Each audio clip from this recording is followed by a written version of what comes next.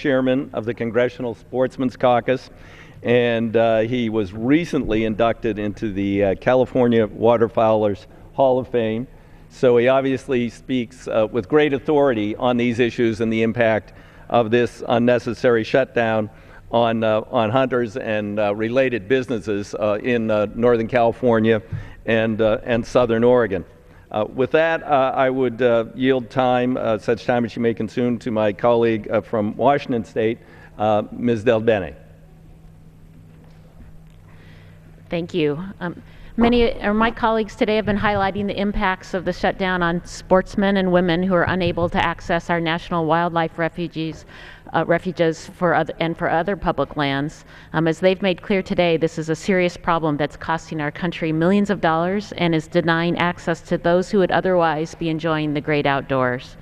In my home state of Washington, there are 11 wildlife refuges where the public can hunt or fish. All of those refuges are closed because of the shutdown.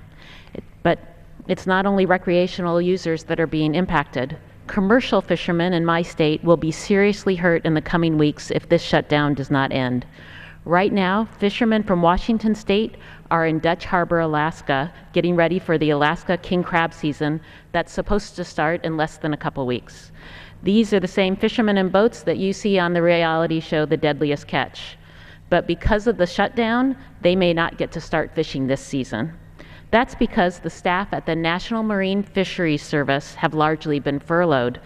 As a result, no one is available to issue the rules and individual quotas for boats and processors that will permit our commercial fishers to work. The Bering Sea crab fishery is worth hundreds of millions of dollars to fishermen from Alaska and Washington, and now, because of inaction in Congress, the fishing fleet, the captains, their crews, the processors stand to lose millions. So instead of a fiscal cliff, right now we're facing a fishing cliff in the Bering Sea unless Congress acts before the season is scheduled to start on October 15th. If the season doesn't start on time, the cost to industry is significant. A delay could mean they'll miss out exporting to the all-important Asian holiday market when demand is at its highest and most lucrative. Missing the Asian market when in its peak demand means prices significantly decrease by as much as 20 to 30%, which means millions of dollars in lost value. This would be a crippling loss to these businesses.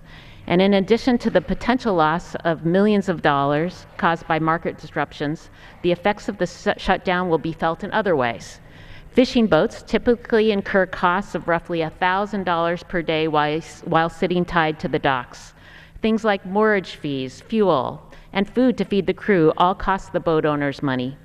A delayed crab season means processors will have empty facilities and an idle labor force that still has to be housed and fed. So processors will be contending with costs for housing, fuel, electricity, food for laborers, and more while not bringing any desperately needed revenue.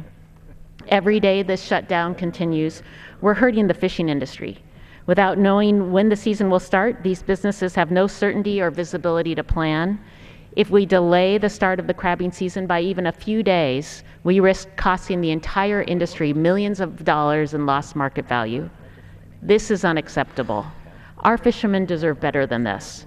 Their families deserve better than this. The processors, suppliers, and other businesses that rely on a vibrant Alaskan king crab season all deserve better than this. It's clear that this shutdown is hurting people, businesses, and our economy. It's time to end it and get to work on passing a long-term budget that will grow our economy, reduce our deficit, and responsibly create jobs. I urge all of my colleagues to work together and do the job the American people sent us here to do. We must end the brinksmanship and do the responsible thing and reopen the government. Thank you.